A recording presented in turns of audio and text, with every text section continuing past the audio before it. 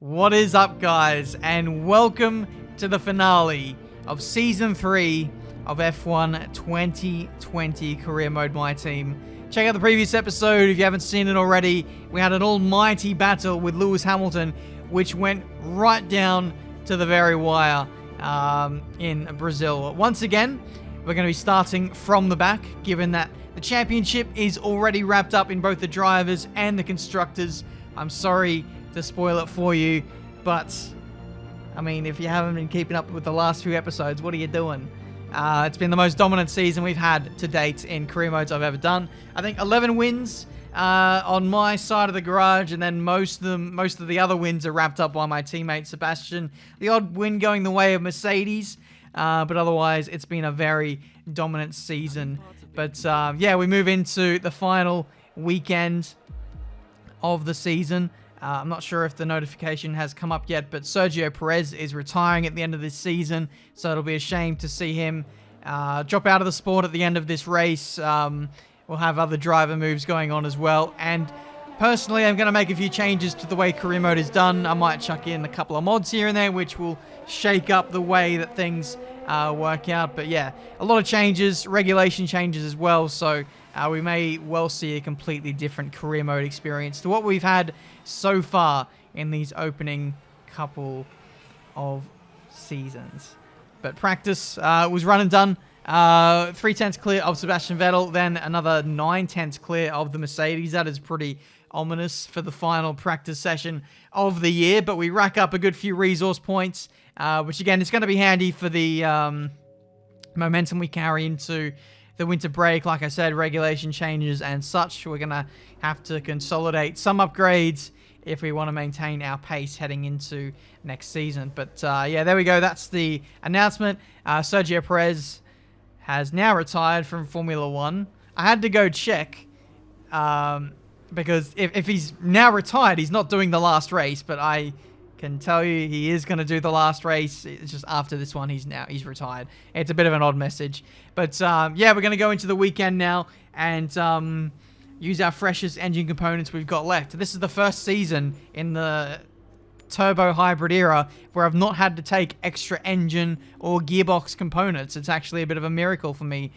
But we're ready to jump into the race. Please like, subscribe, and let's do this. It's the final chapter of the season then here at the spectacular Yas Marina circuit. It's a race where the pole sitter failed to finish in 3 of the first 4 events. A front row start here is by no means a guarantee of victory, so we go into battle once more as we get underway at the Abu Dhabi Grand Prix.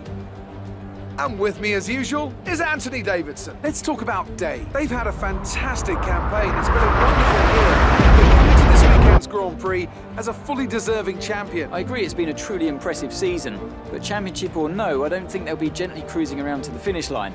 In fact, with points no longer a concern, there's a lot less to risk, so we may even see a more aggressive approach. Let's run you through the driver grid order for today's exciting race. Sebastian Vettel will start on pole.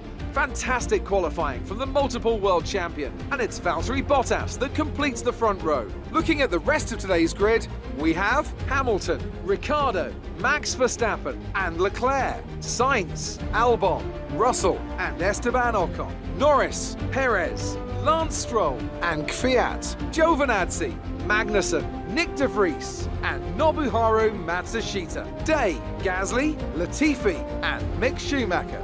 That's it then, it's time to go racing as we head to trackside for today's race. Okay, we've already won the championship, so relax and enjoy this race. That is exactly what I'm going to do, Jeff. You may not be allowed to relax because this may well be your last race for the team.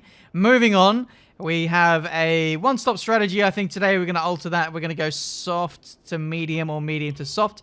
Actually, I might go medium soft because you always end up getting held up by back markers in a strategy like this, well, starting from the back. So it's always better to finish on a stronger tyre. Basically, Jarno Opmeer copying me. I'll have to get my lawyers on him. But either way, we get ready for the final race. We brought back the formation lap just to see if that can help me get a better start. We'll have to wait and see on that one. Given that we are starting on the medium, it's not going to be plain sailing, especially with those around us all starting on the softer compound of tyre. So as long as we can get clear of those guys, we should be fine. I'm just giving Sergio Perez a bit of a wave, a bit of a send-off. Given that this is his last race, I really am feeling quite nostalgic for Sergio. It's a real shame to see him drop out of the sport. I still think he's got a couple of years left in him in this career mode save and in real life. You know, he was a driver who I was always really wanting to get on board, but for whatever reason, I just never got around to getting him on board. Maybe I should have got him on board instead of Russell. But regardless, we're ready for the final race of Season 3 of F1 2020 Career Mode. Let's see if we can go from last to first and really put a full stop on the end of this championship campaign. It's been an okay start. Heading down into Turn 1 a bit, well, second-guessing myself as to whether to go inside or outside on the Haas driver of Nicholas Latifi through turns 2 and 3 now. And Latifi has got a nice run on us on the soft compound tyre. We're going to go up the inside of Mick Schumacher there in the Williams. A bit tentative there as I didn't want to run into the back of Pierre Gasly. We got the inside of him now into the hairpin. Matsushita keeping us nice and honest there. But we squeeze out Gasly, get up the inside of Matsushita and one of the other Haases. That is Nick de Vries, the former F2 champion. Unfortunately for us, couldn't quite make that stick. Had to cut the corner really to avoid contact with Matsushita, I think it was. And no, it was de Vries. And in the end, I lost the spot to Matsushita as well. So a bit of a clunky start, but we're going to continue to march forward if we can. The quicker we can get through this traffic, the quicker we can, you know, make inroads on our teammate Sebastian Vettel. We started off well in Brazil as we got the inside. Yeah, we started off really well in Brazil, but then in the midway point of the race, we lost a bit of momentum, and as such, we just fell short of winning the race. So, yeah, I want to make sure I can be strong right throughout the Grand Prix.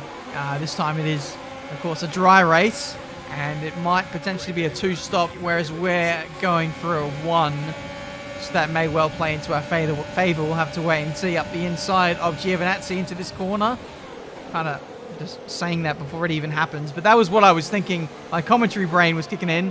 I kind of, well, you know, I commentate these races after the fact, but sometimes I do forget genuinely what happens, and that helps in keeping the reaction authentic.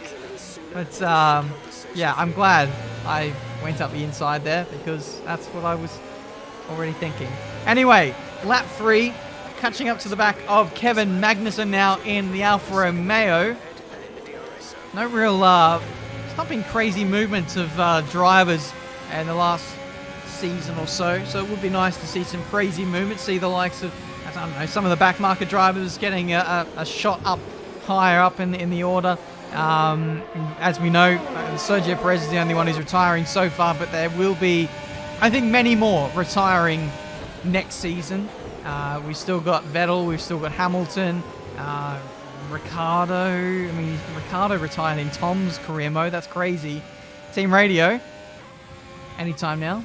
We're trailing our teammate by 13.3 seconds. They're on fresh mediums. They're in first. The time last lap was a 1 minute 33.9. 133.9. Okay, nice. We absolutely steamed up the inside of Lance Stroll at the hairpin. By the way, while that team radio was happening, that was a bit naughty of us, but we got the job done anyway, and we move up into P13. But yeah, it's crazy to see how some drivers have retired quite early in their careers. We already lost Grosjean and I think Raikkonen in Season 1.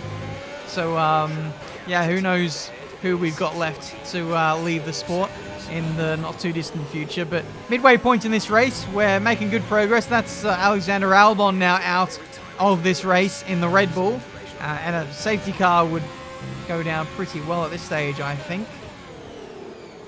Doesn't look like that's going to happen. We might sneak up the inside of Charlotte. No, I had a little think about it, but I thought, no, I'll just get a better exit out of this hairpin and then just punch past him with Slipstream and DRS. Sergio Perez is out of the Grand Prix in his final outing in Formula One in the Racing Points.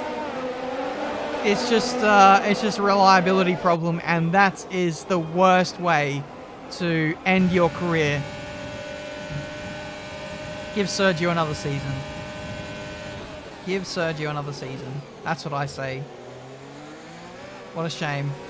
What a shame. He's still at the top of his game. It would be nice to see him carry on, but that's not how things go sometimes. Anyway, lap 6, catching up to the back of Lando Norris. Some people have made their stops. I think Lewis Hamilton was one of them. He's in the pit lane now, and we take his spot. But yeah, if we can get past Norris, there's a nice little bit of clear air between us and George Russell. And once we can get in front of Norris, we might be the leader of the medium compound strategy.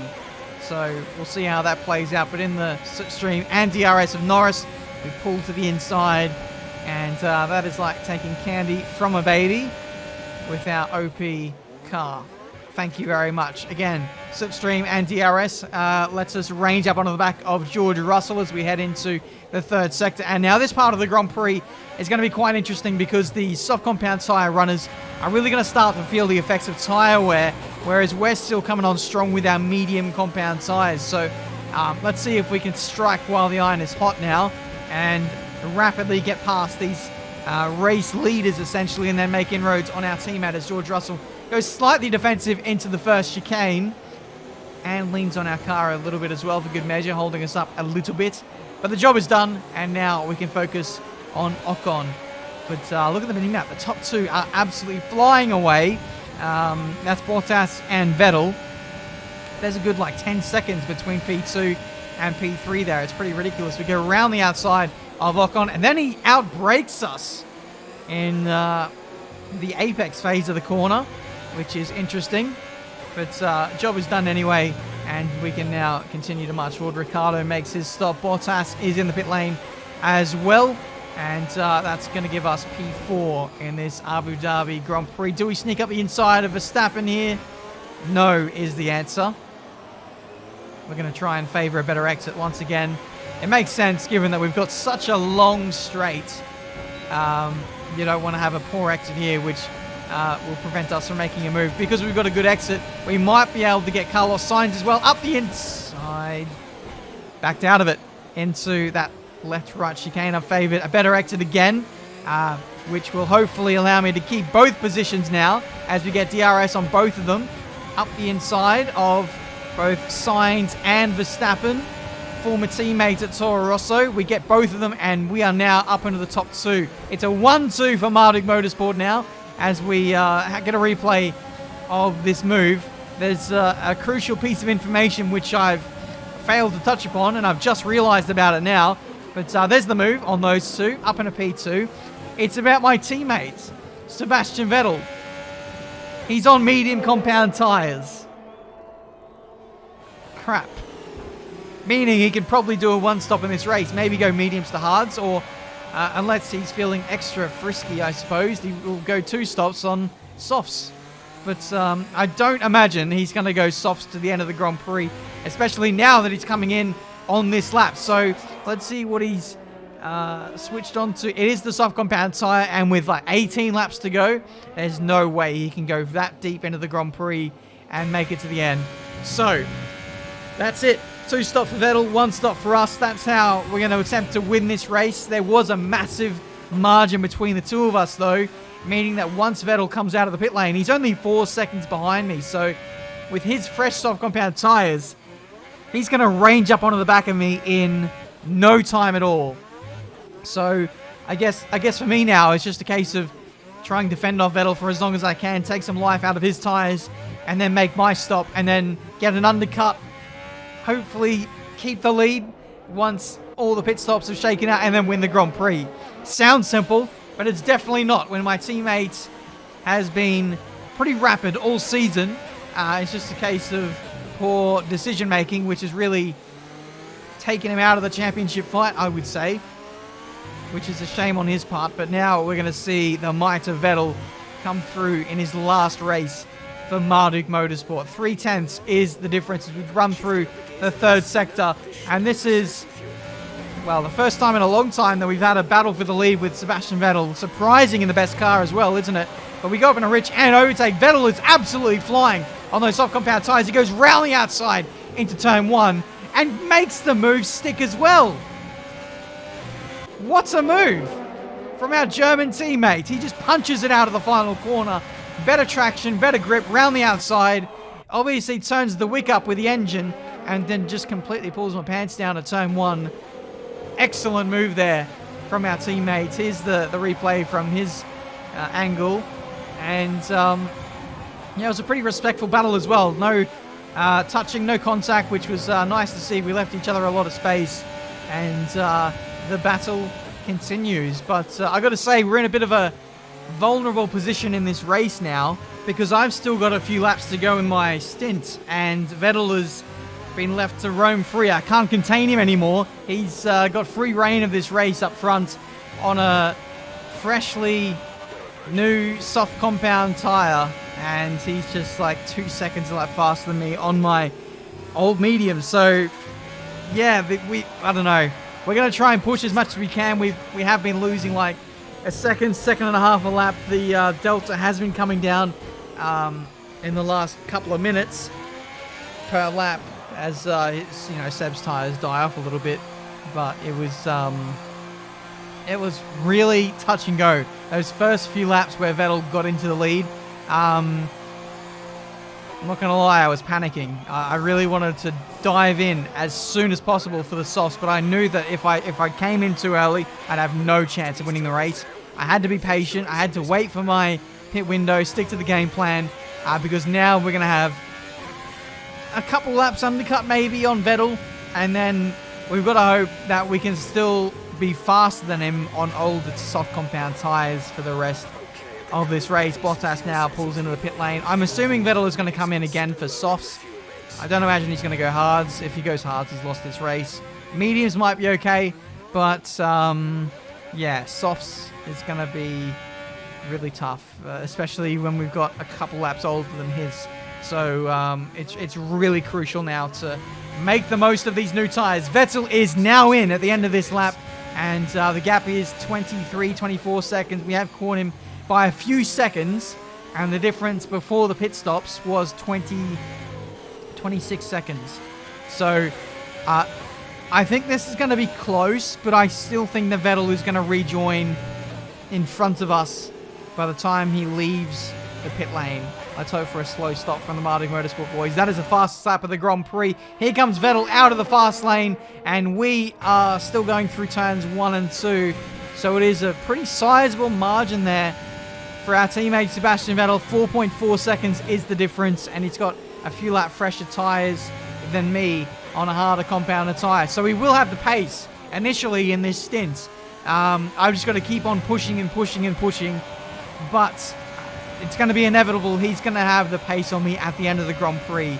So I've really got to reel him in and catch him. As you can see, I've not done that. I've pulled into the pit lane because, well, I stopped catching him. So there was no point carrying on with that stint. So, yeah, it's a bit anticlimactic on our part. But Vettel had such a lead at the end of the first stint that it was going to be awfully difficult to do anything about his pace, given that he had such an advantage at the start. But we move for the final couple of laps of this race. Yeah, we're going for a two-stop now. We're going for another fastest lap. See if we can just absolutely 100% guarantee the 1-2. You can see I'm getting overtaken by Bottas here. I'm actually running in lean revs here on this lap. I'm just getting my fuel completely in the clear. And I'm doing this tactically because I'll be able to use Bottas as a bit of a slipstream and DRS pull along for me to help me get an even faster lap. So let's see if this if we've timed it well. But I have saved up enough fuel now to push on both laps just about. We may need to run in lean revs through a couple of the slower speed corners, but that's fine. It'll give us better traction anyway. But yeah, I wasn't going to catch Vettel if I stayed out on my old softs. And this guarantees that we can get the maximum amount of points for the team and guaranteeing an extra sponsor bonus. So here we go, up into Rich and overtake. I forgot that I don't have DRS because my rear wing is broken, essentially, the DRS mechanism. So we have to overtake Bottas manually, I suppose, into the braking zone. And that is job done. We did get a bit of a slipstream on Bottas, which might have helped a little bit. But yeah, we should still get fastest lap anyway. It's just a bit frustrating to have that technical issue get in the way a little bit. But yeah, that's the race, really. Vettel utterly dominant. He was so fast in the opening stint of the race. Got a 16-second lead. You know, I did overtake a lot of cars quite quickly as well. But his pace, his consistency was absolutely phenomenal. Through the final corner, Sebastian Vettel wins his final race at Marduk Motorsport. And that may well be his final win, or maybe even his final race of his entire career. We'll have to wait and see, though. For us, though, it's going to be P2. Another 1-2 for Marduk Motorsport. And this could well be the end of a dynasty for the team. Brilliant job, mate. That's a fantastic podium. Super driving, really strong pace. Very, very happy.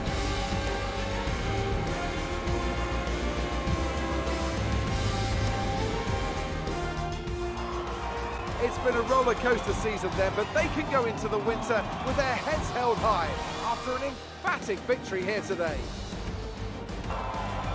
What do you think it was, Ant, that gave them the edge over the competition today? I'd say it was down once again to good, consistent driving, nailing the corners, working to the track conditions and perfecting the team's strategies. They got all of these things right today and the results speak for themselves. Here comes your top three making their way down to the podium for what can only be described as a fantastic day for Formula One. If you exclude losing the championship, in a way, it is a fairy tale finish for Sebastian. This very well could have been his championship if he would have been on top of his game in the way of strategy decisions and just consistency. Yeah, he certainly had the pace and the car to deliver, but didn't have as much consistency as us, it seems. And that is the end of the championship campaign for Season 3. Technically, this is F1 2022. We move on to F1 2023, that being Season 4. Hopefully I've got the maths right. But yeah, we're set for a big shake-up in terms of regulations, in terms of driver market. I'm going to chuck in the odd Model 2 to spice things up a little bit, which is something I haven't done for a couple of years, which will be really exciting, potentially. And then, yeah, new teammates, young drivers coming through. I'd love to see the 2020 F2 drivers come through, but I don't think that's going to be happening at this rate. Might have to wait another season for that, but that is the end of the season. 817 Constructors' Championship points. We win the Constructors, we win the drivers, and, you know, that's as perfect as you can get, really, in terms of overall results. We didn't win every race, but it felt like we won a stupid amount of them. We equaled the rivalry with Lewis Hamilton. Who bloody cares at this point? We won just about everything that there is out there to win. And so we start again from next season. 2.67 million coming in the way of sponsorship bonuses. So we passed all of those. And no damage deductions, which is, well, a rarity for me. 45 million in the bank. There's probably little chance that we're going to go bankrupt in between this season and the next, so don't worry about that. But yeah, I do very much look forward to the next season of Career Mode, and I hope you guys can join me for that. Like I said, many changes, and it's going to be quite exciting, so I'm very much looking forward to it. Thank you guys so much for all the support you've been giving me on the F1 2020 videos.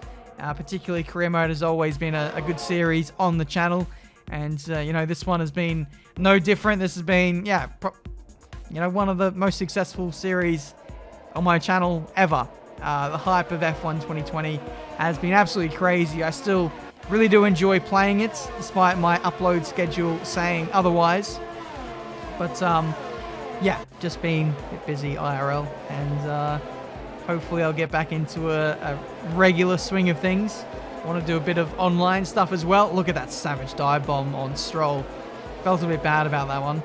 But we move on. Felt bad for Sergio Perez as well, who drops out after this race. One of those drivers where, you know, it could have in the right car, been a champion, a world champion.